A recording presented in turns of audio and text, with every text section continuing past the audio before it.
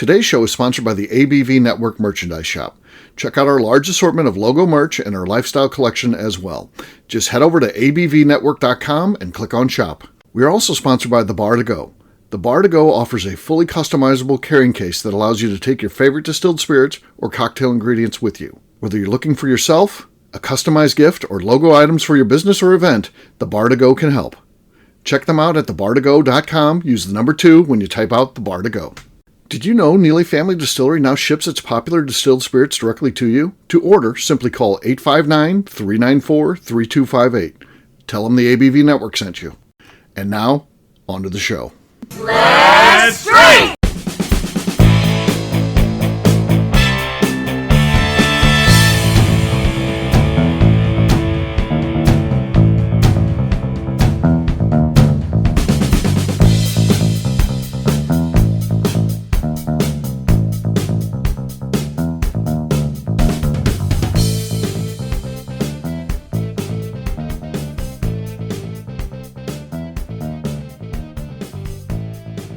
Welcome to the Bourbon Daily, the podcast about everything bourbon delivered to you every day of the week. Today on the show, we discuss the new Bourbon Festival barbecue competition being held at Log Still Distillery in June. My name is Miss Beka Sue. Please join me in welcoming my co-host, Steve Akeley, along with our special guests, Cailee Baker, Danny Kennard, and Phil Collin. Hey, gang, what's up? Hey, everyone. Hi. Hello. Hello. Yes, we're going to talk about a new activity. I like anything that is new festival-wise and that coming to bourbon, giving us more things to do. I also like what it means for us as a society when we've been shut down for the last couple of years. It's been nice to see these events already starting to happen. They're going off without a hitch, and it's fun. So this will be one we'll talk about because it's new after the break. For right now, Phil said there's something he wanted to talk about. What is that, Phil? Yeah, so what I want to talk about was flea market finds and antique gold. When you have that great experience, if you have these, when you're in either an antique mall or a weekend flea market or what have you, and you find just the perfect piece to add to your collection. Because I had something happen to me recently, but I want to hear it from you guys. If you guys have any stories of success. Cool. With ravaging the bins at the local flea markets. This is our. I think people are going to get them. This is. I've turned this into a show and tell. I think our crew here all likes a good flea market. So we'll let Danny go first. Danny, what are your thoughts? Okay. Well, Rebecca is like just glowing. Yeah. She's so excited. Sorry. Go ahead, Danny. Okay. Well, I was in Iowa, I think. Uh-huh. Am I correct, honey? Okay. Wife confirmed it. We have to give Misty Kennard a credit on this episode. He doesn't even know where he was. Yeah. I just want to make sure I'm telling the right story. Okay. But I was in Iowa, and it was really pretty cool because it was one of those little antique shops, or I don't know what you call them. I call it an antique shop. Yeah. But anyway, it was called the Train Depot. That's the name of the place. Okay. And then I found some old Jim Beam trains pieces. So I thought that was pretty damn cool that, I only picked them up for $35 a piece. Very good. And they were full, weren't they? That's the bottom line. Oh, they're full. They're full. Yes. Wow. Yeah, you looked at the best part, Danny. Those are full. The sills were not broke or anything else. And that's worth a fortune. Those things are like Bronner is a fanatical collector of those things. They're worth a fortune. So he's always looking for those. So, yeah, they're cool. So I thought that was pretty cool. And then when the cashier was checking me out, she's like, "Holy shit." She's like, "You got that? You got that from the back?" I'm like, "Yeah." She's like, "I'm surprised the owners didn't pick it on up because we're actually called the Train Depot." I'm like, "Yeah, I know that." But they've got 4 different places that they do, and it's all owned by the same person. But yeah, I picked it up. There you go. That is a great find. That's a great find. That's a great find. All right. Miss Beka Sue, you were getting something. So do you have something to share? I feel like it's show and tell. Show and tell night. Yes. Okay. So I actually have 3 things. I have 2 of them by me. The other one's at the distillery. So the first one that I found, there's a really cool vintage shop that I like to go to. And prior to me and Royce dating, Steve will remember this because Steve also got a care package from me in December of 2019. But when I was in this little vintage shop, I found for $1.50 a little wooden hand-carved still. Ooh. Oh. And I found it and I was like, Royce Neely would really like this. And so from that, I put together a whole care package and sent it to him prior to us ever dating. So that was a really cool thing that I found for $1.50 in Minot, North Dakota, which was really weird. And then being here, I went to a random shop, like flea market shop thing, and with my mother-in-law, and I found this flamingo. Oh. A brass flamingo? And I love it so much. I think it's so cool. Has nothing to do with bourbon. Royce thought it was so silly, but it brings me happiness every time I look at it. I love it. And I got him for like $3. What? Wow. Is it heavy? Yes, like it looks heavy.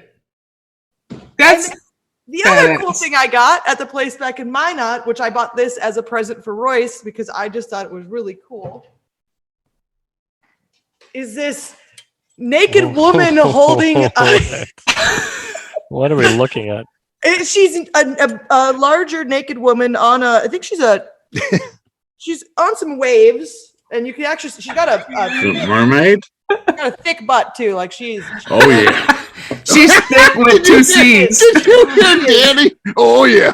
Oh yeah. She's thick. She's got something draped across her. She got a blanket across her nether regions, but the top is exposed. And then she has this really cool glass, like this is like stained. What the hell that thing is? That's cool. That's and cool. it works. And I turn it on every night, and I'm really that there's a red light in your window. Oh crap, the red light district. Oh God. It meant maybe like nothing. I was like, I hope that isn't like a sign to swingers, but it's a sign for prostitutes. That's why there's a naked woman. You've got a choice between 2 songs, Roxanne or I Like Big Bucks, then I Cannot Lie. If any prostitutes show up to my house, I'll know why. Yeah. Yeah. Oh, Kaylee, what do you look for? That is great. Those are tremendous. So I think I've talked about it on the show before because the distillery has come up before. But at a random antique shop in Michigan, I found this old decanter that is Castle and Key, the old Taylor Distilling Company. So yeah, and then it's I don't know what year it's from, but I like that there's an old Taylor sign right behind it as well. That's from like 1960. Yeah, it has. Oh yeah, then I got my old Taylor mirror behind me. I believe that I saw that Castle and Key, when they were sending out sample kits for some media and reviews of their new bourbon that's going to be released, I guess, by the time this one airs, they're also sending miniature versions of that famous decanter also. Oh, wow. Cool. That is awesome. I might be wrong on that, but like, I would like one of those. That's a great decanter. That's one of my favorites. That's a great one. And you found that at a flea market. Yeah. Well, at an antique store, but yeah. Yeah. Great. Yeah. Great one. I also own that one. Oh, okay. Well, I do too. Mine's not full, so it's not as cool as your. Mine's not full. Becca's grandfather has a full one, so yeah, that's. Has a full one of the Castle and Key one. Yeah. Damn, that's cool. Yeah. So I also like collecting old bourbon, memorabilia, advertising stuff, and things like that. And one of the specialties that I like is the big glass bottles. These things are huge, probably hold gallons of. Because I like the 1 gallons would be like the lowest I want. So like even they got like 6 gallons and stuff like that. I like those, so I have a collection of those. Danny's actually found some of those for me before when he's been out at flea markets and stuff like that. But my best ever find like that was at an estate sale.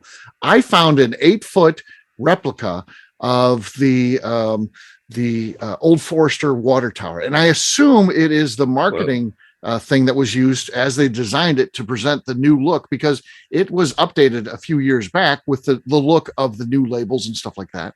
And this one is the newer version, so I can only assume. I don't know why. I can't imagine they sold these things. Who really is looking for an 8-foot replica of. I remember when you posted a photo of that. I was blown away. I thought you had an inside source or something amazing happened, or you'd given a lifetime achievement award by the distillery. That thing is cool. It is very cool. Very cool. Well, Phil, you asked a question. What do you like? I've been usurped by everyone's better answers than I am, and this Beka Sue had 3 things, and they were all pretty kick-ass. So I was at a local antique store in the Nulu neighborhood of Louisville. Good place to look, right? Yeah, it is, and I pop in this place every now and then.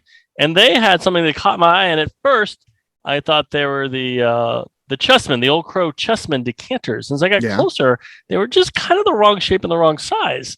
And I learned that they were salt and pepper shakers designed as the king and queen of the Old Crow Chessman set. And I was like, well, I got to have these. Really? So I forked over $10. I grabbed them. And then as I looked more closely, I was like, something's just not 100% right. So I took them back to the office and I pulled up some pictures of the Chessman decanters. And I looked around. It seems like in the mid-90s, somebody as a hobby had created these and made them so he had personal Old Crow Chessman salt and pepper shakers that he modeled after, and they are incredibly well done. Wow. From 3 feet away, you would think there must be a brand release. So now in my office, I'm proud to say the decor includes a salt and pepper shaker, Old Crow King and Queen. It was that is cool. That's the one thing. That's the one thing I look for at any antique store is any sort of memorabilia. The Bourbon the old Taylor sign I think I got for $10 at an antique store in Michigan, and I got a Salsa Tequila sign, neon sign for like $50 in Chattanooga, and I don't know about that one, but yeah, the bourbon. Oh yeah, then this one's pretty cool. Tequila. I guess this is a handmade. It's like a knit sign, but it's a Jack Daniel's whiskey sign. But it's like I can get into that. That's fine. It's like a knit kit. It's like I don't know. Right. They sold like the Four Roses sign I picked up at an antique store. So it's quite cool when you pick up bourbon memorabilia. It gives you something to look forward to. I think that makes it fun when you have you're looking at everything, but you have something in mind that you like. It's kind of cool then to stumble across that stuff. All right. Well, guess what? It is time to drink. What is everyone drinking? Let's start with Phil this time. I think he was near the end last time, so let's go with Phil first. Well, my whole family doesn't give up on me except for my old granddad. So we got the 114 old granddad, always a favorite, a big hit in this. Not usually a good cork pop. Those big corks for some, you think, man, it's going to be a cannon. It never is. The first pop is good, but yeah. George Thorogood reference that seemed to go over everyone's head. I drink alone. All right, here we go. Squeaky. All right, squeaky. All right, Beka, you're next. Let's see. Which one do I want to do? Let's do. I've got a wild turkey fantail. Here. Nice. Nice. Fantail. I like the fantail. Yes. Yep. Got the fantail. Let's see how this does. Oh, from this barrel was hand selected by Pinch Penny Liquors. Good job, Pinch Penny. There you go. Got that one. What happened? Did you bump the microphone when you're doing it? I don't know. Did it open? We don't. Big fat. Big cork. Big cork. I'll go next. I've got Old Foe 1910 here. The 1910. Oh, that's a good one. Yeah. Let's see here. Oh, I think Phil's still got the lead. Yes. He can be beat though. He didn't have a whole lot going on. It's just been not good by Beka and I there. Poor form. So, Cailee, you're next. All right. Well, I've got some Green River that I haven't opened yet and I haven't experienced yet. So I'm excited about it. Let's see it. Here we go. I love the freaking horseshoe bottom and the shape of the branding is on point. It is very cool. They're doing everything. I'm gonna have to talk to Andy about our next release. It's gonna have to be some cool ass bottle. They're going places. Here we go. There you go. There you go. Danny, good luck with that. Holy hand grenade. That was a good one. Danny, let's see what you got. Well, I've got a low bottle of Breaker. Out of Wyoming. Danny finds the craziest stuff. All right. Yeah. All right. No, not enough. Yeah. Cailee won that one easily. Easily. Well done. Cheers, guys. Cheers. Cheers, guys. Cheers, everyone. All right.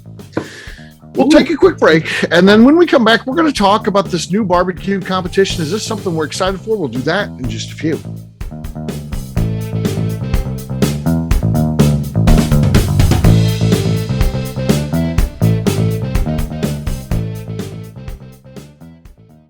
Hello, this is Steve Akeley of the ABV Network. Let's talk about the people who make this show happen. First up is Leatherwood Distillery in Pleasant View, Tennessee. Company founder Andy Lang started distilling as a hobby while serving his country as an elite Green Beret. Andy distilled all over the world during his time in the military and brought this passion back to him in the U.S. when he returned home. A visit to Leatherwood combines Andy Lang's unique distilled spirits and a museum of artifacts from his time serving the U.S. Share a drink with a fallen soldier at their bar where you can grab an acrylic bio off the wall that celebrates the individuals who gave the ultimate sacrifice to protect his or her country. They will also ship their distilled spirits directly to you, so check them out at leatherwooddistillery.com. Hi, this is Steve Akeley, owner of the ABV Network. We're sponsored by the Stave and Thief Society. This is where you, a bourbon enthusiast, can expand your knowledge and emerge a bourbon steward. In 2017, I completed my Executive Bourbon Steward certification. It's the most comprehensive bourbon certification program available and connects you with an expansive network of bourbon enthusiasts and professionals. Check out the full listing of in-person and online certifications and join the society today by enrolling at staveandthief.com. Okay, let's talk about Neely Family Distillery. In 2018, I met Royce Neely at an industry event. He started appearing on our shows, and we became friends during my frequent visits to Kentucky. Today, he's leading the way for young distillers making their mark on the bourbon industry.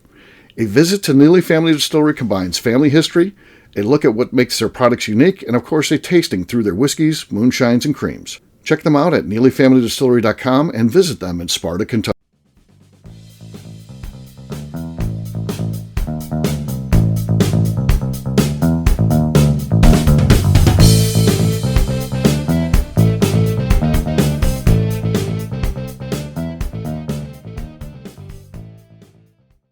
This is Danny Kennard, which is turning into Freddie Mills. Y'all have a good fucking day because this is the Bourbon Daily.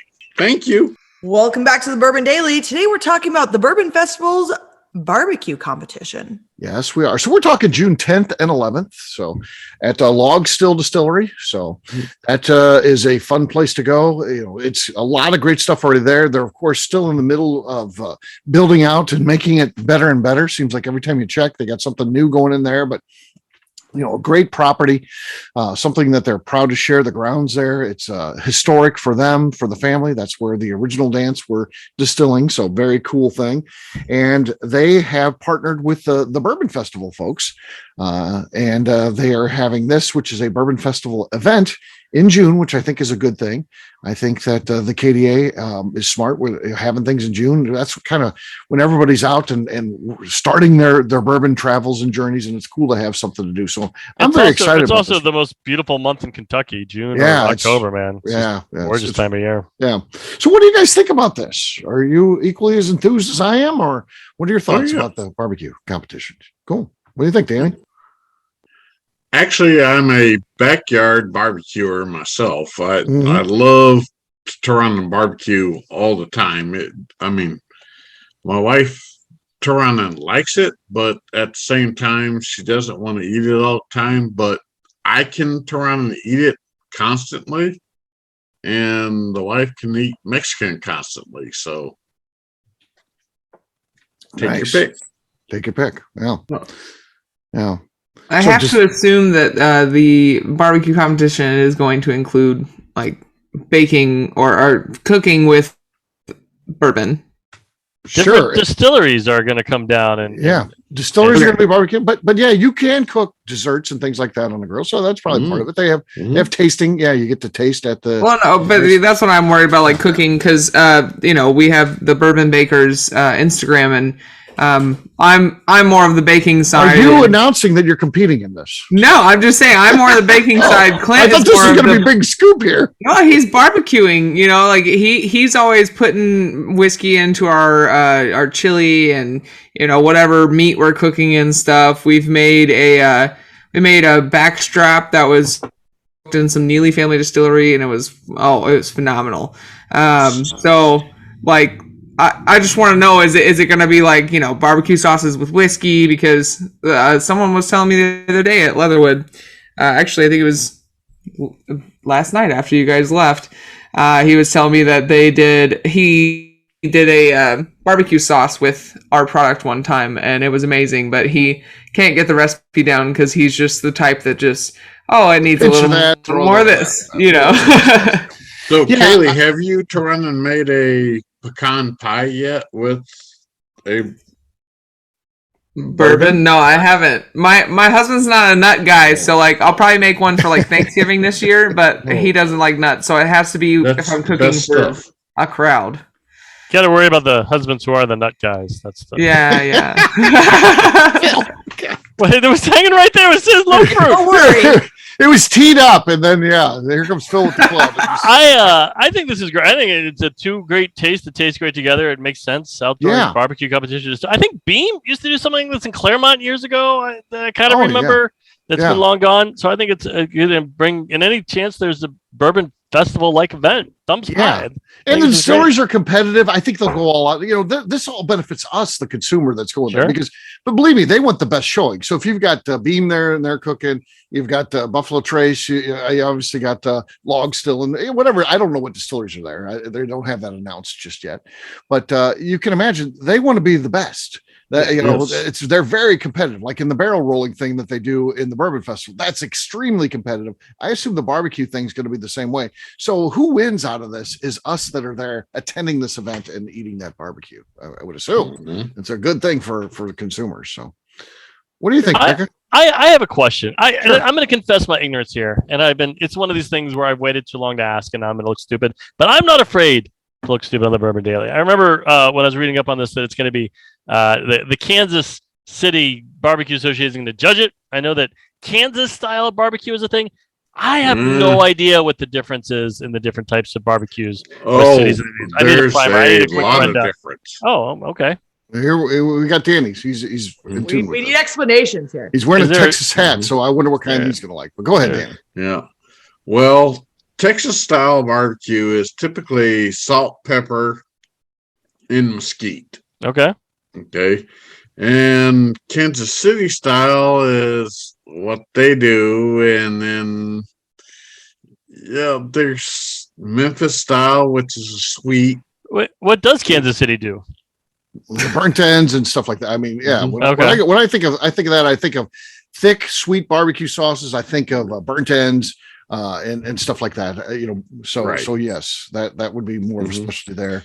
But then you got more even sweeter style from Memphis. Thinner sauce, but sweeter. Yeah, yes. Thinner, sweeter. And then you've got Alabama, which they do a white. That's horrific, I think. But yeah. You do a what? Yes. A white sauce. White sauce? Yeah.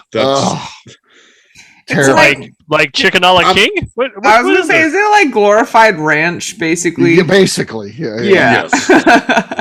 So, I mean, unless... Alabama white sauce, it's like, I feel like it's like ranch with a kick.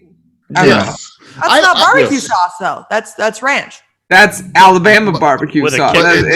That's just like, take for instance, my wife does not like typical barbecue sauce. Okay. Yeah. But I can take her to a Brazilian grill and she likes the Brazilian barbecue chicken. And then we went to Costco, which you hate. Oh gosh. Yeah. The cult. Okay. But we picked up some beef jerky from there, which was a Korean barbecue sauce. Sweet and hot. Beef jerky. Yeah. But it's not barbecue. It's really weird. It depends on where you're at. Yeah. Yeah. So I just and then the last style would be Carolinas with the mustard sauce. I was gonna say I looked up real quick I like that on some things. I like the mustard based barbecue sauces. There, you get pork and that it's not bad.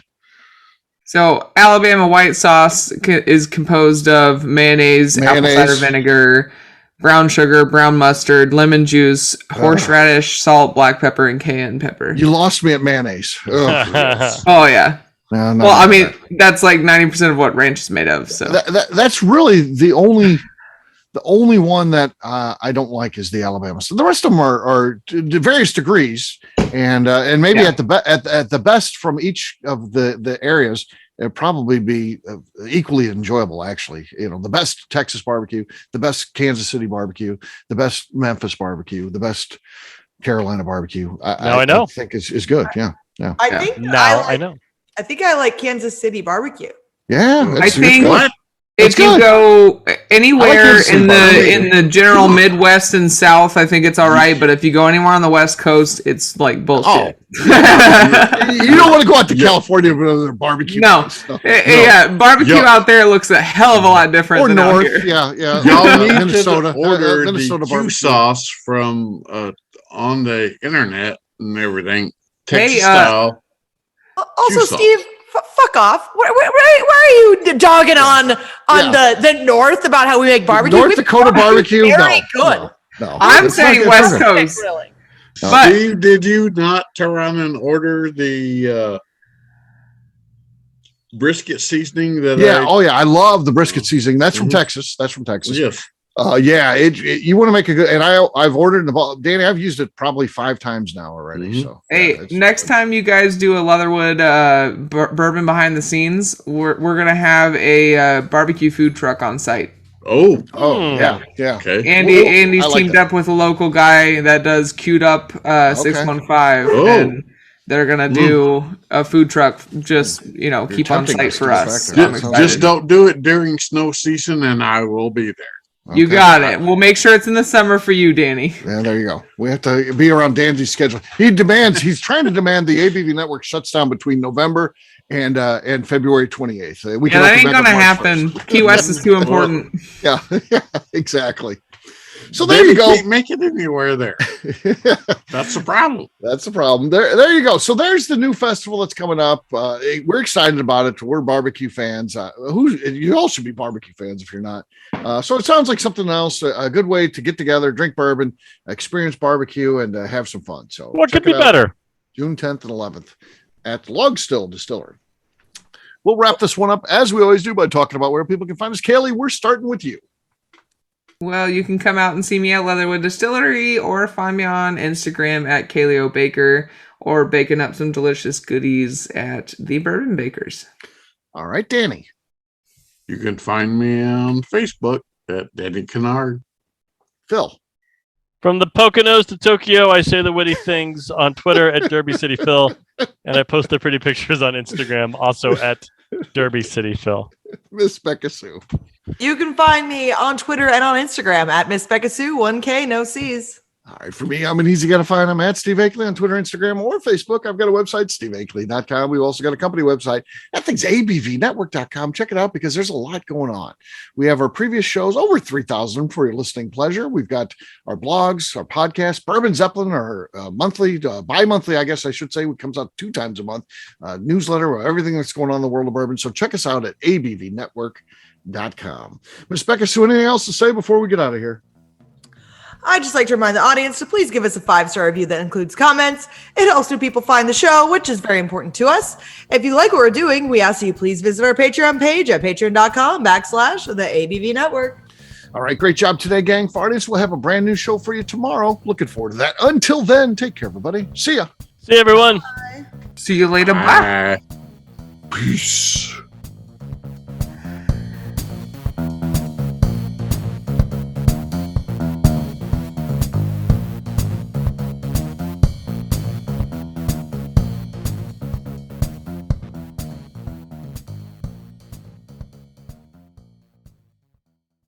Before we finish the show, let's talk about some great companies that support the ABV network. First up is Moonshine Still Pro. Moonshine Still Pro has a full line of products to help the home distiller. Whether you want to experiment on the stove in your kitchen or you're looking for a bigger setup in your backyard, owner Russell Creed and his team can help. They have multiple still offerings, accessories, and even grain from their partners at Goldstone Mill to assist you in making whiskey on par with your favorite distillery. They can also help you with some fabricated parts you probably can't make yourself if you are attempting a DIY still project. Learn more or order your still or parts at moonshinestillpro.com. Another friend of ours is the Goldstein family at Goldstone Mill. The Goldsteins offer a variety of heritage and heirloom grains to make the finest whiskeys in the world. Plus, they are more than just a grain company. They are truly consultants to make sure the grains they are providing to you or your business meet your highest expectations. Additionally, they work with mills around the country, ensuring shipping is as low as possible for their customers. If you're a distillery, brewery, or even doing this at home, Goldstone can assist you.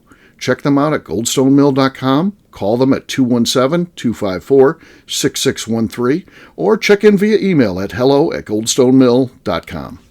The Bourbon Daily is part of the ABV Network. For more information or to become a sponsor, please visit abvnetwork.com.